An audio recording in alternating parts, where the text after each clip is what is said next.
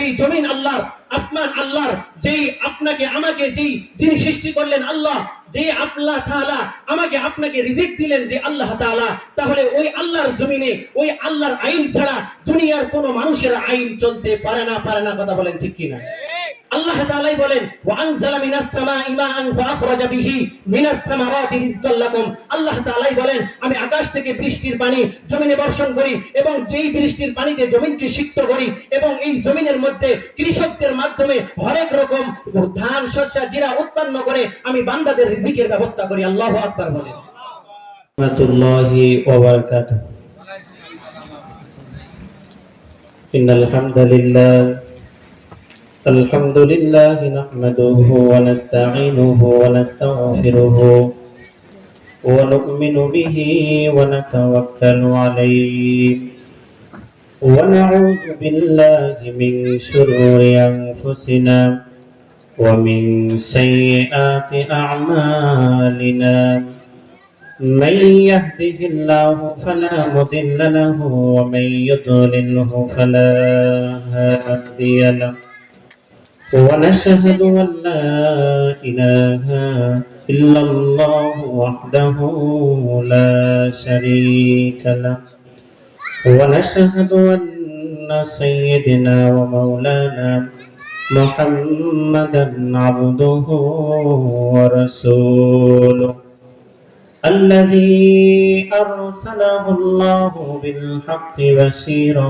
ونذيرا وداعيا إلى الله بإذنه وسراجا منيرا أما بعد فأعوذ بالله من الشيطان الرجيم بسم الله الرحمن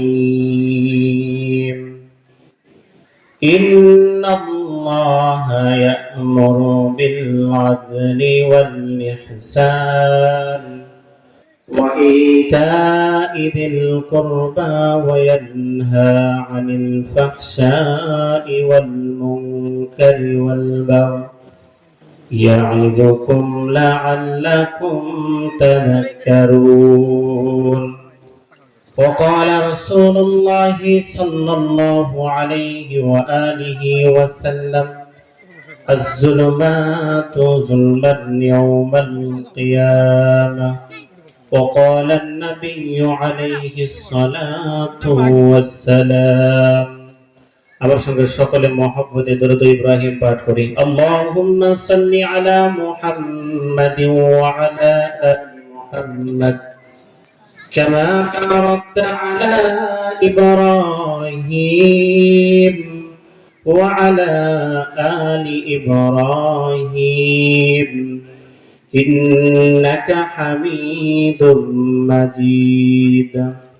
اللهم بارك على محمد وعلى آل محمد كما باركت على إبراهيم وعلى آل إبراهيم إنك حميد مجيد سبحان الله وبحمده سبحان الله العظيم سبحان الله وبحمده سبحان الله العظيم قالوا سبحانك لا علم لنا إلا ما علمتنا إنك أنت العليم الحكيم صدق الله العظيم الحمد لله বিদুরপুর নুরানি হাফিজিয়া ও কওমি মাদ্রাসার উদ্যোগে দ্বিতীয়তম বার্ষিক ওয়াজ মাহফিলের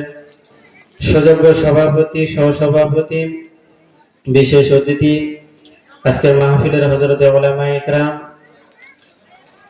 এবং আজকের মাহফিলের যিনি প্রধান মেহমান আলহাজ হাফেজ মাওলানা মুফতি মোহাম্মদ ইমরান হোসেন সাহেব, শিক্ষক ও ইমাম আল জামিয়াতুল আলাবিয়া দারুল হিদায়াহ বর্ষানওবা, আমার সামনে দিন প্রিয় ইসলাম প্রিয় মুসলমান ভাইরা এবং আমার সামনে বসা অত্র মাদ্রাসার ছোট ছোট কলেজার টুকরো ছাত্র ভাইরা পর্দার আড়াল থেকে আলোচনা সারিরত আমার মা ও বোনেরা, সর্বপ্রথম আল্লাহ তাআলার দরবারে লাখ কোটি শুকরিয়া আদায় করতেছি যে মহান রব্বুল আলামিন আমাদেরকে অত্যন্ত দয়া করে মায়া করেন এমন একটা জান্নাতে বাগানের মধ্যে আল্লাহ সুবহানাহু ওয়া তাআলা আমাদেরকে হায়াত এবং নিয়ামতের সুস্থতা দান করিয়া অত্র এলাকার হাজার হাজার শত শত মানুষের ভিতর থেকে আল্লাহ তাআলা আমাদেরকে মহব্বত করে ছাঁটাই বাছাই করিয়া আল্লাহ তাআলা আমাদেরকে আল্লাহর জান্নাতে বসার তৌফিক দান করলেন।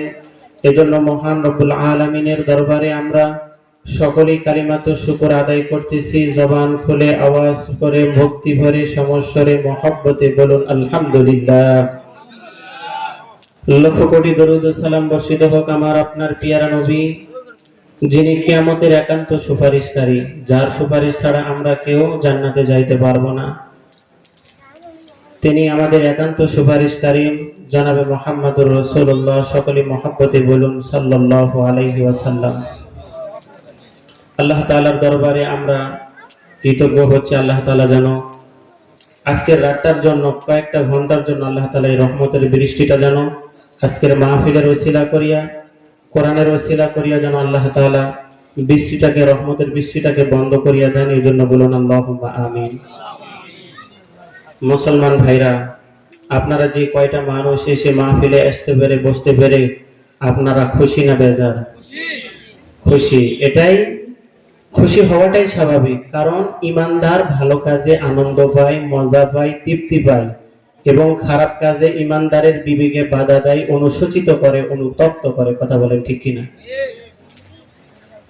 কারণ আমরা যারা এখানে এসে বসে আছি, যারা বসে আছি, যারা বসি নাই, এখনো রাস্তাঘাটে দোকান পাটে যারা ঘোরাফেরা করতেছি, আমরা সকলেই ইমানদার। কিন্তু আমরা তো সামাজিকতার দৃষ্টিতে আমরা ইমানদার। আমার মুখে দাড়ি আছে, মাথায় টুপি আছে, পরনে জুব্বা আছে, এই কারণে ইমানদার। আমার মা মুসলমান, বাবা মুসলমান, ভাই মুসলমান, এই কারণে আমরা ইমানদার। আমার বংশগত আমরা মুসলমান, এই কারণে ইমানদার। আমার বাবা হাজী সাহেব, এই কারণে ইমানদার। আমরা তো সামাজিকতার দৃষ্টিতে ইমানদার, কিন্তু আল্লাহর দৃষ্টিতে, রসুলের দৃষ্টিতে কি আমরা প্রকৃত ইমানদার? আসুন তো, আল্লাহর দৃষ্টিতে, রসুলের দৃষ্টিতে কি আমরা প্রকৃত ইমানদার কি ইমানদার না? আপনাদেরকে একটা সূত্র অ্যাপ্লাই করলেই আমরা বুঝবো। আল্লাহ রাসূল সাল্লাল্লাহু আলাইহি ওয়াসাল্লামের কাছে একজন সাহাবী হযরতে উমামা রাদিয়াল্লাহু তাআলা আন আল্লাহ রাসূলকে গিয়ে বলতেছেন, ইয়া রাসূলুল্লাহ, ঈমান কাকে বলে? ঈমানের নিদর্শন কি? মুমিনের নিদর্শন কি? আল্লাহ রাসূল সাল্লাল্লাহু আলাইহি ওয়াসাল্লাম হযরতে উমামাকে বললেন, ও উমামা, ঈমানের নিদর্শন হলো, মুমিনের নিদর্শন হলো ঈমানদার ভালো কাজে আনন্দ পায়, মজা পায়, তৃপ্তি পায়, এবং খারাপ কাজে ঈমানদারের বিবেকে বাধা দেয়, অনুসূচিত করে, অনুতপ্ত করে। এই দুইটা ডিফারেন্স যখন বুঝবে লোকটা ঈমানদার। আল্লাহু আকবার বলে। বুঝবেন লোকটা ঈমানদার। নামাজ ভালো না খারাপ? রোজা ভালো না খারাপ? তাফসীর মাহফিল, কোরআনের মাহফিল ভালো না খারাপ? ভালো।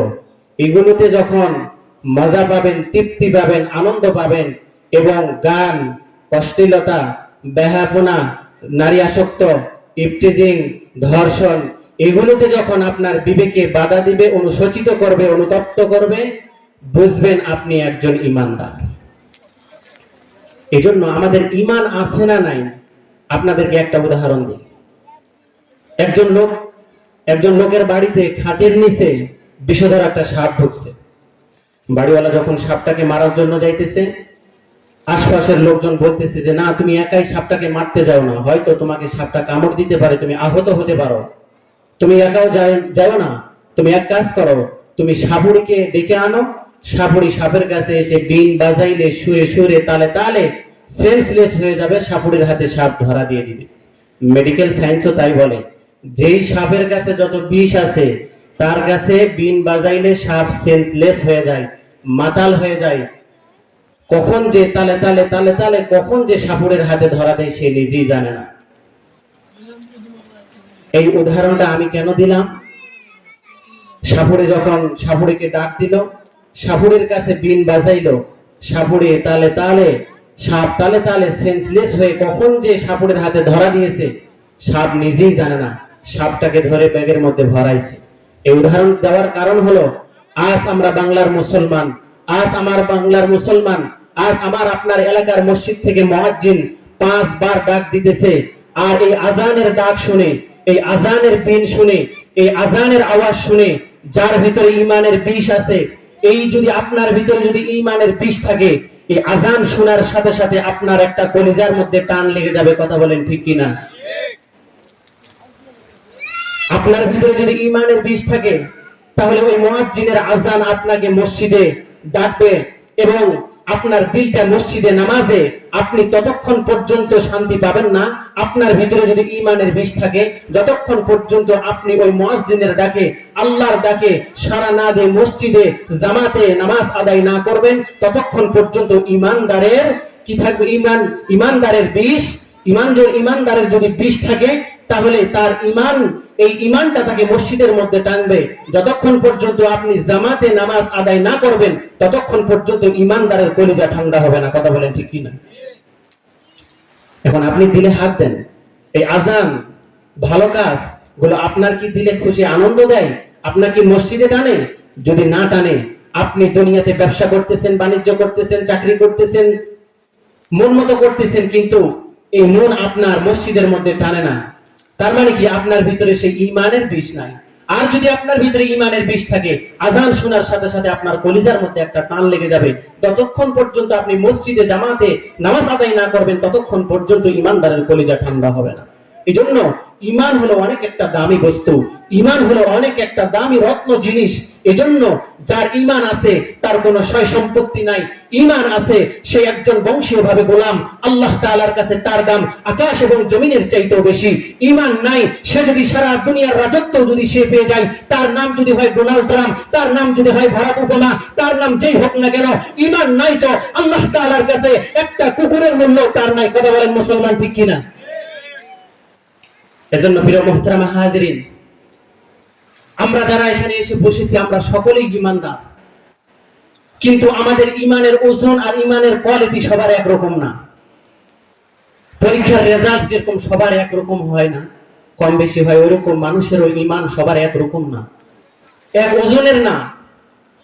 এজন্য আমরা যে এখানে আমরা যারা মাহফিলে এসে বসেছি, আল্লাহর রহমতের বৃষ্টি পড়তেছে, এরপরও আমরা বসে আছি, এটা ঈমানদারের ঈমানের বহিঃপ্রকাশ। আল্লাহু আকবার বলেন। বৃষ্টি হইতেছে, এরপর আমরা বসে আছি। আমরা যদি এখানে যারা বসেছি, আমরা যদি গোল্ডেন ক্লাসের ঈমানদার যদি আমরা দাবি করতে চাই নিজেদেরকে, তাহলে আমাদের করণীয় কি? কয়েকটা যুক্তি সহকারে উদাহরণ দিয়ে আপনাদেরকে বুঝিয়ে দিই। মুসলমান ভাইরা আমার, আল্লাহ রাসূল সাল্লাল্লাহু আলাইহি ওয়াসাল্লাম বলেন, তোমরা যদি নিজেদেরকে ঈমানদার বলে দাবি করতে চাও, তোমরা যদি নিজেদেরকে গোল্ডেন ক্লাসের ঈমানদার বলে দাবি করতে চাও, আল্লাহ রাসূল বলেন, আল ঈমান আন তুমিনা বিল্লাহ ওয়া মালাইকাতিহি ওয়া কুতুবিহি ওয়া রুসুলিহি ওয়াল ইয়াউমিল আখির ওয়া শাররিহি ওয়াল কদরি খাইরিহি। আল্লাহ রাসূল সাল্লাল্লাহু আলাইহি ওয়াসাল্লাম বলেন, এই মাহফিলের সামিয়ানারা যেমন কয়েকটা খুঁটির উপরে দাঁড়িয়ে আছে, বাড়ির ছাদটা দিতে গেলে যেমন পিলারের উপরে, দেওয়ালের উপরে ছাদটা যেমন দাঁড়িয়ে থাকে, বাড়ির চালটা যেমন কয়েকটা খুঁটির উপরে দাঁড়িয়ে থাকে, একজন ঈমানদারের ঈমান 6টা জিনিসের উপরে দাঁড়িয়ে থাকে। এক নম্বরই হলো আল ঈমান আন তুমিনা বিল্লাহ, এক নম্বরই হলো আল্লাহ তাআলার উপরে ঈমান। এখন আপনারা যারা এখানে বসেছেন, আল্লাহ তাআলার উপরে কি আপনাদের ঈমান আছে? কথা বলেন, আছে? যদি আল্লাহ তাআলার উপরে ঈমান থাকে, তাহলে ওই এক আল্লাহর আইন ছাড়া দুনিয়ার কোন মানুষের রচিত আইন মানতে পারে না। যার আল্লাহর উপরে ঈমান আছে, যার আল্লাহর উপরে ঈমান আছে, আল্লাহ তাআলা বলেন, ওয়ালাকাদ বাআসনা ফি কুল্লি উম্মাতির রাসূলান আন ইবুদুল্লাহ ওয়াজতানিবুত তাগুত। গোলামি করো আল্লাহর, বর্জন করো তাগুত। এই পৃথিবীতে যতগুলো নবী রাসূল এসেছেন, প্রত্যেকটা নবী রাসূলদের দাওয়াত ছিল একটা, মিশন ছিল দুইটা। প্রত্যেকটা নবী রাসূলদের মিশন ছিল দুইটা, আন ইবুদুল্লাহ ওয়াজতানিবুত তাগুত। গোলামি করো আল্লাহর, বর্জন করো তাগুত। তাহলে এখানে আপনারা যারা আমরা মসজিদে গিয়ে নামাজ পড়ি, রোজা করি, হজ করি, আবার তাগুতের আইন মানি, মানুষের রচিত আইন মানি, আপনারা যারা এখানে এসে বসেছেন, আপনারা কালেমা পড়ছেন না? কালেমা পড়ছেন কি পড়েন নাই? কালেমা পড়ছেন না পড়েন নাই বলেন? কালেমা পড়ছি। এই কালেমার অর্থ কি? লা ইলাহা ইল্লাল্লাহ, আল্লাহ ছাড়া কোনো মাবুদ নাই, আল্লাহ ছাড়া কোনো আইনদাতা নাই, আল্লাহ ছাড়া কোনো বিধানদাতা নাই। এই কালেমা যদি আপনারা পড়ে থাকেন তাহলে ওই এক আল্লাহর আইন ছাড়া দুনিয়ার কোনো মানুষের আইনের পিছনে, দুনিয়ার কোনো মানুষের আইনের পিছনে ঘোরাঘুরি করা যাবে না, দুনিয়ার কোনো মানুষের আইন মানা যাবে না। এই জন্য এটা হলো কালেমার দাবি। আর যারা মুহতারাম হাজিরিন, ইমানের দাবি হলো, কালেমার দাবি হলো এক আল্লাহর আইন ছাড়া দ্বিতীয় কোনো মানুষের আইন মানা যাবে না। এখানে আপনারা বিএনপির লোক আছেন, জামাতের লোক আছেন, এনসিপির লোক আছেন, বিভিন্ন পীরের মুরিদ আপনারা থাকতে পারেন, বিভিন্ন দলের পদের লোক আপনারা এখানে আছেন। আপনারা যদি মুখে স্বীকার করে থাকেন আল্লাহ ইলাহা ইল্লাল্লাহ, আল্লাহ ছাড়া কোনো আইনদাতা নাই, আল্লাহ ছাড়া কোনো মাবুদ নাই, আপনারা যদি এই কালেমা পড়ে থাকেন তাহলে এক আল্লাহর আইন ছাড়া দুনিয়ার কোনো মানুষের আইন মানা যাবে না। একটা সাপোজ কথা, একটা উদাহরণ দিচ্ছি। আপনাদের এলাকার আমি হুজুর, আমি যদি আজকে বলি, আমার মামাকে বলি যে মামা আপনাদের এলাকার হুজুর, আমি আপনার বাড়িতে খাই, থাকি, উঠি, বসি, আজ থেকে আপনার বাড়ির সদস্য, বউ, বিবি, বাচ্চা যা কেউ আছে সবগুলো আমার আইনে চলবে, আমার কথা মতো চলবে, উঠবে, বসবে, আমার আইনে চলবে। উনি কি মেনে নেবেন? কথা বলেন না কেন? উনি কি মেনে নেবেন? নেবেন না কেন? বাড়ি ওনার। উনি যদি আমার বাড়িতে গিয়ে বলে যে হুজুর আপনার বাড়ির সমস্ত সদস্য আমার আইনে উঠবে, বসবে, আমার রুলস রেজুলেশন চলবে, আমি কি মেনে নেব? নেব না। কেন? বাড়ি আমার। তাহলে আমার আইন ওনার বাড়িতে চলবে না, ওনার আইন আমার বাড়িতে চলবে না। এটাই স্বাভাবিক। বিএনপির অফিসে জামাতের মাতব্বরি চলে না, জামাতের অফিসে বিএনপির মাতব্বরি চলে না। এটা যদি সকল দলের পথের মানুষ যদি আপনারা বিশ্বাস করেন তাহলে যেই জমিন আল্লাহর, আসমান আল্লাহর, যেই আপনাকে আমাকে যেই যিনি সৃষ্টি করলেন আল্লাহ, যে আল্লাহ তাআলা আমাকে আপনাকে রিজিক দিলেন যে আল্লাহ তাআলা, তাহলে ওই আল্লাহর জমিনে ওই আল্লাহর আইন ছাড়া দুনিয়ার কোনো মানুষের আইন চলতে পারে না। পারে না। কথা বলেন ঠিক কিনা? আল্লাহ তাআলাই বলেন ওয়া আনজালা মিনাস সামাই মাআন ফাআখরাজা বিহি মিনাস সামারাতি রিজকাল লাকুম। আল্লাহ তাআলাই বলেন আমি আকাশ থেকে বৃষ্টির পানি জমিনে বর্ষণ করি এবং যেই বৃষ্টির পানিতে জমিনকে সিক্ত করি এবং এই জমিনের মধ্যে কৃষকদের মাধ্যমে হরেক রকম ধান, শস্য, জিরা উৎপন্ন করে আমি বান্দাদের রিজিকের ব্যবস্থা করি। আল্লাহু আকবার বলেন। প্রিয় মুহতারাম হাজিরিন, তাহলে আমরা যদি আল্লাহর আইন, আল্লাহর কথা মতো যদি চলতে চাই তাহলে দুনিয়ার মানুষের আইনের উপরে চলা যাবে না। এটার নাম আল্লাহ তাআলার প্রকৃতপক্ষে ঈমান। আল্লাহর উপরে যদি ঈমান আনতে চাই তাহলে মানুষের রচিত আইনের পিছনে ঘুরঘুর করা যাবে না, আইন মানা যাবে না। এটা হলো এক নাম্বার। নাম্বার 2 ওয়া মালাইকা, 2 নাম্বার হলো আল্লাহ তাআলার ফেরেশতাদের উপরে বিশ্বাস। মুসলমান ভাইরা, আমরা আজকে আছি, কালকে হয়তো নাও থাকতে পারি।